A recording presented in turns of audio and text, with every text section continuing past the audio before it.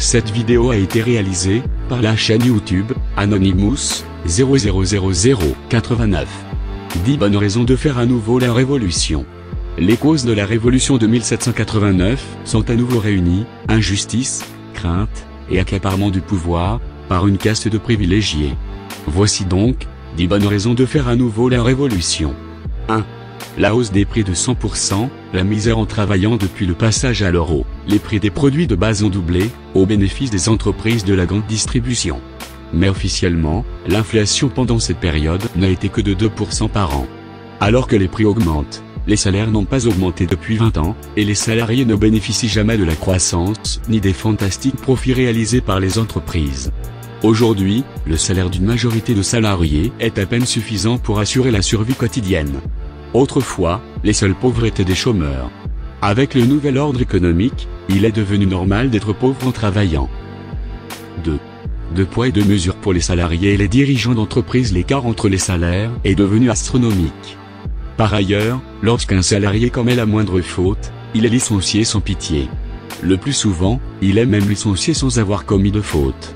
Dans le même temps, les dirigeants qui ont ruiné leur entreprise conservent leur poste en bénéficiant même d'une augmentation de salaire de 20 ou 30% par an, parfois davantage, ou bien ils reçoivent des millions d'euros d'indemnités de départ, comme Michel Bon à France Télécom, ou Jean-Marie Messier à Vivendi Universal, parti avec 20 millions d'euros, soit 27 600 fois les indemnités de chômage du salarié de base.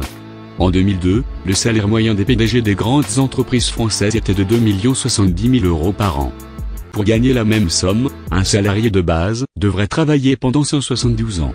Astérisque, entreprise du CAC 40, l'indice boursier des 40 plus grandes entreprises françaises. Pour la liste complète des salaires des patrons du CAC 40, voir l'article sur le capitalisme vampire. 3.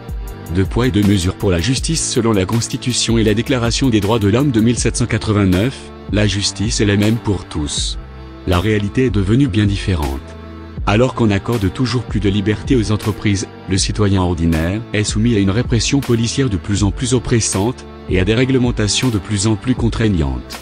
À la moindre faute de sa part, les sanctions sont impitoyables. Récemment, un automobiliste a été condamné à 2 ans de prison ferme pour un excès de vitesse, qui n'a pas causé d'accident. Une mère de famille peut être condamnée à 4 mois de prison ferme si ses enfants ne sont pas allés à l'école. Et José Bové a été condamné à 18 mois de prison ferme pour avoir arraché des plants de maïs transgéniques dans un champ. Dans le même temps, et dans des affaires qui ont causé des préjudices beaucoup plus graves, les élites politiques et économiques bénéficient d'une impunité systématique. Ainsi, Jean-Claude Trichet, ancien président de la Banque de France et membre du groupe de Bilderberg, a été totalement blanchi à propos des malversations financières du Crédit Lyonnais. De même, Roland Dumas a échappé à une condamnation dans l'affaire d'Elf-Aquitaine, des frégates de Taïwan et de leur commission occulte. Et dans l'affaire du sang contaminé, le ministre de la Santé Edmond Hervé a été condamné à quelques mois de prison ferme, mais a été dispensé de peine par le tribunal. Etc., etc. 4. Le décalage entre les impôts élevés et l'inefficience croissante des services de l'État. Malgré la médiocrité des services publics, les impôts demeurent à des niveaux très élevés. En additionnant l'impôt sur le revenu, les impôts locaux, l'impôt foncier, la TVA et les taxes sur l'essence, les prélèvements de l'État représentent plus de la moitié du revenu d'un salarié moyen. Dans le même temps, la qualité de l'éducation se dégrade faute de professeurs en nombre suffisant, faute de locaux adaptés, et faute d'un matériel pédagogique moderne, ordinateurs, magnétoscopes, etc. Pire encore est le délabrement des services de santé. Dans les hôpitaux, il devient habituel que des blessés attendent pendant 24 heures sur un brancard dans les couloirs, faute de chambres et de personnel médical. Les opérations sont réalisées à la chaîne et les erreurs médicales se multiplient. À cause du manque d'hygiène dans les hôpitaux, les malades ont 1 chance sur 4 d'être contaminés par des maladies nosocomiales mortelles ou fortement invalidantes, causées par des bactéries devenues résistantes aux antibiotiques et qui abondent en milieu hospitalier à cause de l'emploi abusif des antibiotiques par les médecins. 5. Le sabotage organisé des services publics. Pour justifier leur privatisation, les gouvernements organisent le sabotage des services publics, dont l'inefficience est ensuite utilisée comme prétexte pour justifier leur privatisation. Voici ce que l'on peut lire à propos de l'éducation publique dans un document de l'OCDE, l'Organisation des Maîtres du Monde, qui est également à l'origine de l'AMI. Si l'on diminue les dépenses de fonctionnement, il faut veiller à ne pas diminuer la quantité de services, quitte à ce que la qualité baisse. On peut réduire, par exemple, les crédits de fonctionnement aux écoles et aux universités, mais il serait dangereux de restreindre le nombre d'élèves ou d'étudiants. Les familles réagiront violemment à un refus d'inscription de leurs enfants, menant à une baisse graduelle de la qualité de l'enseignement. Cela se fait au coup par coup, dans une école et non dans un établissement voisin, de telle sorte qu'on évite un mécontentement général de la population. Extrait du cahier de politique économique numéro 13 de l'OCDE. 6. La corruption à tous les niveaux de l'État. Le décalage entre les impôts élevés et la médiocrité des services de l'État est causé principalement par la corruption, présente à tous les niveaux de l'administration, communes, départements, régions, État. Une autre cause de ce décalage est le train de vie somptuaire des ministres et des hauts fonctionnaires, luxueux appartements et voitures de fonction, déplacements en avion et en hélicoptère, voyages à l'étranger, nombreuses escortes de motards, gardes républicains mobilisés pour un protocole pompeux, repas avec les mets les plus raffinés, cocktails et réceptions dont le coût atteint couramment 100 000 € pour une soirée. Tout ceci est une autre façon de détourner l'argent du contribuable. 7. Les subventions abusives distribuées par l'État aux entreprises. Si l'État manque d'argent pour l'éducation, la santé ou les retraites, c'est aussi à cause des subventions abusives versées à des grandes entreprises, sous prétexte qu'elles vont créer des emplois, et quelquefois sans prétexte du tout.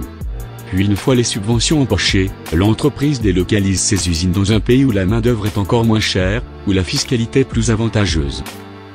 8. La collusion entre les gouvernements et les multinationales. Les gouvernements sont avant tout au service des multinationales et non de l'intérêt général.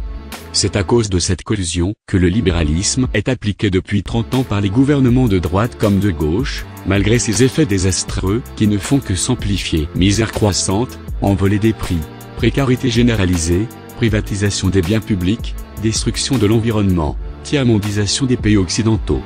De même, les seuils autorisés pour la pollution, les mises sur le marché des médicaments, ou encore les normes pour les produits alimentaires, correspondent aux souhaits des industriels et non aux nécessités de la santé publique. Il est temps d'exiger la séparation de l'entreprise et de l'État, afin que les gouvernements soient à nouveau au service des citoyens, de leurs aspirations et de leur droit au bonheur. 9. Les accords multilatéraux négociés dans le dos des citoyens et qui vident la démocratie de son contenu depuis 10 ans, le pouvoir réel a été transféré progressivement et discrètement vers des organisations non élues, OMC, FMI, OCDE, Commission européenne. Les accords multilatéraux, AMI, AC, élaborés dans le secret et l'opacité par ces mêmes organisations, ont vidé la démocratie de son contenu. Ces accords réduisent en effet considérablement le pouvoir et le droit des États à jouer leur rôle de régulation dans le domaine économique, social et environnemental. 10. Le saccage de l'environnement par les entreprises, en toute impunité par la pollution, le CO2, la déforestation, la destruction des paysages sauvages et de la biodiversité, les prédateurs saccageant la nature en toute impunité. L'homme et l'environnement sont sacrifiés aux intérêts économiques des multinationales, et un avenir bien sombre se dessine pour les générations futures. Le point de non-retour écologique est sur le point d'être franchi. Pour les citoyens de cette planète, c'est maintenant qu'il faut agir. Quand le gouvernement viole les droits du peuple, l'insurrection est pour le peuple, et pour chaque portion du peuple, le plus sacré des droits et le plus indispensable des devoirs.